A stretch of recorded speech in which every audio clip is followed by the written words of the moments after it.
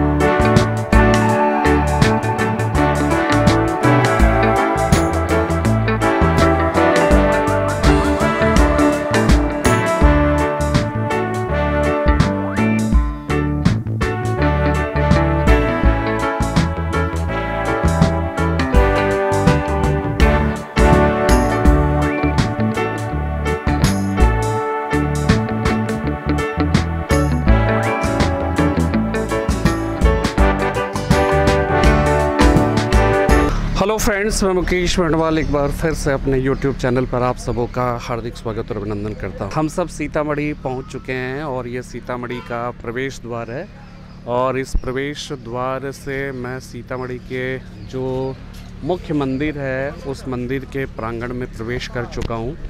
और ये बहुत ही खूबसूरत, हालांकि अभी मैंने पूरा देखा नहीं है और निश्चित रूप से मुझे लगता है मॉर्निंग शोज़ द डे, यानी कि शुरुआत या सुबह देखकर दिन भर का अनुमान लगाया जा सकता है। तो प्रवेश स्थल को देखकर ही मुझे इस बात का एहसास हो चला है ये कितना खूबसूरत स्थल है, कितना बेहतरीन, कितना शांत, प्राकृतिक छटाओं के बीच बसा एक बहुत ही खूबसूरत स्थल। अभी धीरे धीरे मैं अभी इसके बारे में बताऊंगा। ये हम लोग उस स्थान पे जाने वाले हैं जो सीता समाहित स्थल कहलाता है और ऐसा कहा जाता है कि यहीं पर सीता माँ ने धरती में अपने को समा लिया था। धीरे धीरे हम लोग प्रवेश कर रहे हैं और यहाँ पर देख रहे हैं कि इधर आसपास का जो दृश्य है वो भी बहुत ही खूबसूरत है। ये गंगा नदी का जो है जल है, यहाँ तक प्रवेश किया और अभी इसमें जो है कमल के फूल लगे हुए हैं, उनके पत्ते जो है, पत्तों से पानी जो है एकदम पटा पड़ा है।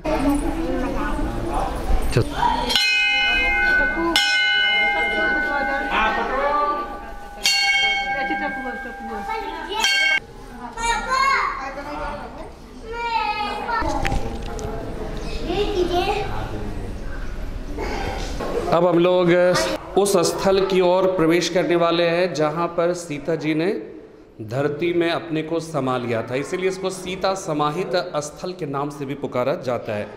और हम लोग ये अपेक्षाकृत थोड़ा नीचे है और इस तरह से हम लोग क्रमशः सीढ़ियों के माध्यम से नीचे जाते हैं और नीचे ही सीता जी की जो है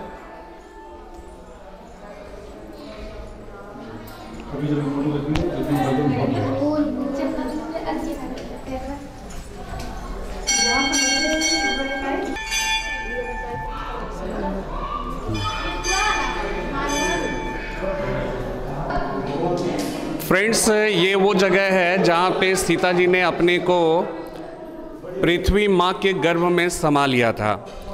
सीता जी को जैसा कि आप सब जानते हैं वैदेही कहा जाता है और वैदेही आपको पता होगा, जब हम 16 महाजनपद पढ़ते हैं तो 16 महाजनपद में 2 गणतंत्रीय शासन की व्यवस्था वाला महाजनपद था, वज्जी और मल्ल। तो वज्जी जो है वो 8 से 9 राज्यों का संघ था, उसमें से एक जो है विदेह, और विदेह के ही राजा का नाम जनक था, जिसके बारे में कई बार मैंने आपको जानकारी दी है। तो विदेह से संबंधित होने की वजह से सीता माँ को वैदेही कहा गया। और वैदेही कहे जाने का एक बहुत बड़ा कारण यह भी है कि कहीं ना कहीं सीता माँ का जो जन्म है वो जन्म किसी स्त्री के शरीर से नहीं हुआ था, वो वैदेही थी। और आपको पता होगा सीता माँ के जन्म के बारे में ये कहा जाता है कि जो उनके पिता जनक की जो मिथिलांचल, जो मिथिला का क्षेत्र था, उस क्षेत्र में बहुत ही भयंकर अकाल पड़ा था। और अकाल पड़ने की वजह से किसी ने राजा जनक को ये कहा कि अगर आप खेत में हल चलाएं तो निश्चित रूप से क्या होगा, बारिश होगी। और तब राजा जनक जी ने उन्होंने हल चलाया और हल के जो कह सकते हैं कि फाल से एक कलश जो है वो टकराया, और उस कलश के टकराने के बाद जब उसे निकाला गया तो सीता माँ उसी में बैठी हुई थी, और तब इस तरह से सीता माँ का जन्म हुआ। तो सीता माँ का जन्म वास्तव में किसी स्त्री के शरीर से नहीं हुआ था, और इसीलिए उन्हें वैदेही कहा गया।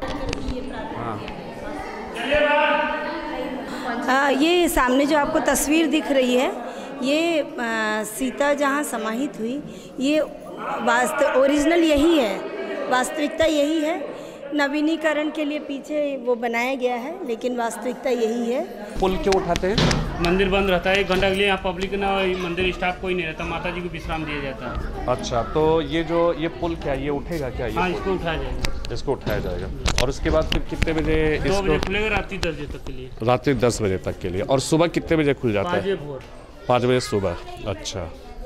मंदिर के प्रवेश द्वार को सीता समाहित स्थल से जोड़ने के लिए ये छोटा सा पुल है, और इस पुल को जो है वो क्या होता है कि जब सीता माँ जी को जब विश्राम दिया जाता है तो इस पुल को धीरे धीरे उठा लिया जाता है, ताकि कोई उसमें प्रवेश न कर पाए, उनकी शांति में कोई खलल न दे पाए। और इस तरह से देखिए ये धीरे धीरे उठता चला जा रहा है। उठाने वाले वहाँ पर एक पूरा जो है व्हील सिस्टम से ये कार्य करता है, और इसको हटा दिया जाता है ताकि कोई प्रवेश ना कर पाए। और 2 बजे के बाद फिर से 2 से लेकर 10 बजे तक, जैसा कि इन्होंने बताया कि 2 से 10 तक जो है फिर से ये खुलता है, और इस तरह से धीरे धीरे इसको उठाया जाता है।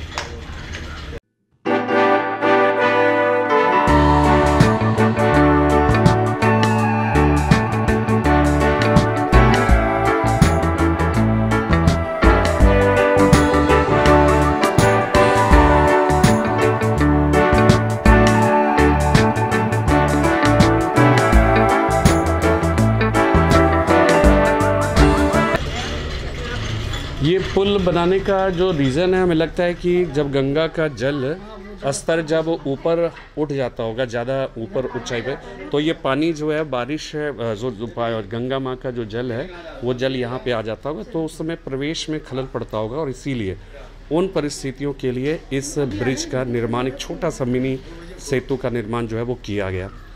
तो ये अपने आप में एक बहुत ही खूबसूरत जगह है, और देख रहे हैं चारों तरफ हरियाली हरियाली है, और गंगा माँ का जल जो है आप देख रहे हैं किस तरह से।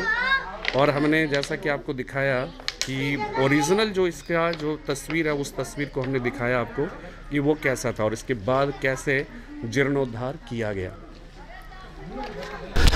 हेलो फ्रेंड्स, एक बार फिर से अपने ब्लॉग में आपका स्वागत है। और देखिए ये पीछे जो आप हनुमान जी की जो मूर्ति देख रहे हैं, ये इसे माने 108 फीट ऊंचाई है, इसकी ऊंचाई 108 फीट है, और इसे दुनिया में हनुमान जी की सबसे बड़ी प्रतिमा मानी जाती है। और ये भी सीता समाहित स्थल यानी सीतामढ़ी में स्थित है। और निश्चित रूप से हनुमान जी का सीता माँ के जीवन में क्या महत्व है, राम जी के जीवन में क्या महत्व है, ये भली भांति जानते हैं। और शायद इतनी बड़ी प्रतिमा स्थापित करके हनुमान जी की जो भगवान राम के प्रति उनका जो समर्पण है, उस समर्पण को रेखांकित करने के लिए हम लोगों को वास्तव में इस तरह की जब भी स्टैचू को स्थापित किया जाता है, तो मकसद सिर्फ इतना होता है कि हम उन प्रतिमाओं को देखकर वास्तव में उनके पीछे उनका जो जीवन रहा है, उनका जो समर्पण, उनका जो सेवा, उनका अपने इष्ट देव के प्रति उनका जो त्याग का भाव रहा है, उनको हम महसूस कर सकें। और इसी वजह से इस तरह की बड़ी बड़ी प्रतिमाएं, जैसे कि आप गुजरात में देखते हैं सरदार पटेल की जो है प्रतिमा बनी है, तो प्रतिमा बनाने के पीछे का जो उद्देश्य होता है, वो उद्देश्य ये होता है कि उनकी जो जीवन है, उनके जो उद्देश्य है, उनके जो उपलब्धियां रही, उन्होंने देश के लिए जो कुछ भी किया, उन सब को हम बेहतर तरीके से समझ सकें।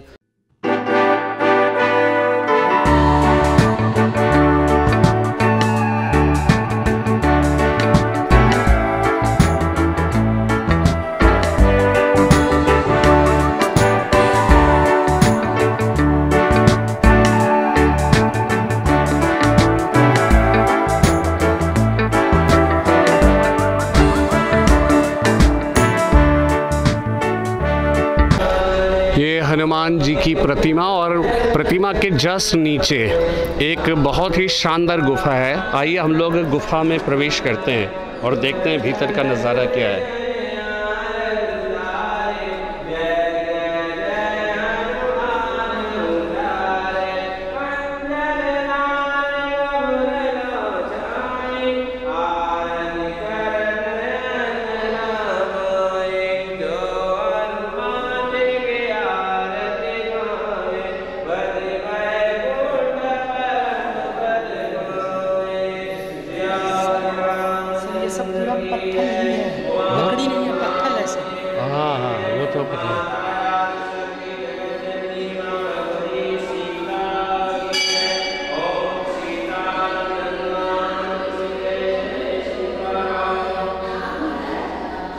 ये जो है ये भगवान राजा दशरथ हैं और उनके चारों पुत्र राम, लक्ष्मण और भरत और शत्रुघ्न का है। और इसके आगे ये महर्षि वाल्मीकि जी हैं, वो लौ और कुश को जो है वो धनुष बाण सिखा रहे हैं। ये वो जगह है जहाँ पे प्रभु श्री राम हैं, वो माता सीता को देखे थे पहली बार। ये सीता स्वयंवर वरमाला सीता और राम भगवान का अयोध्या नगरी है और उन लोगों की मतलब राम और भगवान सीता की शादी हो रही है। ये जो है उनके गुरु हैं। तो ये शिक्षा दीक्षा प्राप्त करने के बाद जब 14 वर्ष का वनवास हुआ था तो उसी टाइम का ये पूरा सीन है सर। ये जो सीन है ये जो है कि नौका पार कराने वाला जो उन्होंने मतलब काम किया हुआ था कि नौका पार केवट ने जो नौका पार कराई थी उसका ये सीन है। ये जो है ये भगवान राम जो है वो जब सीता माता की खोज में हनुमान जी जा रहे थे तो उनको उन्होंने ये जो अंगूठी दी हुई थी ये उसका चित्र है। जब सीता माता का रावण ने हरण किया हुआ था तो उस समय का ये जो जटायु था उनको जब ये बाण लगा हुआ था तो वो उस समय का ये दृश्य है। ये माता सबरी जो है वो मीठे बैर प्रभु श्री राम के लिए चक कर रखी हुई थी और वो उसी का दृश्य है। ये बजरंगबली जब समुद्र को पार कर रहे थे, माता सीता की खोज में जा रहे थे, वे उस समय का दृश्य है। ये दृश्य जब भगवान राम जो है वो सेतु निर्माण कर रहे थे वो उसी समय का है।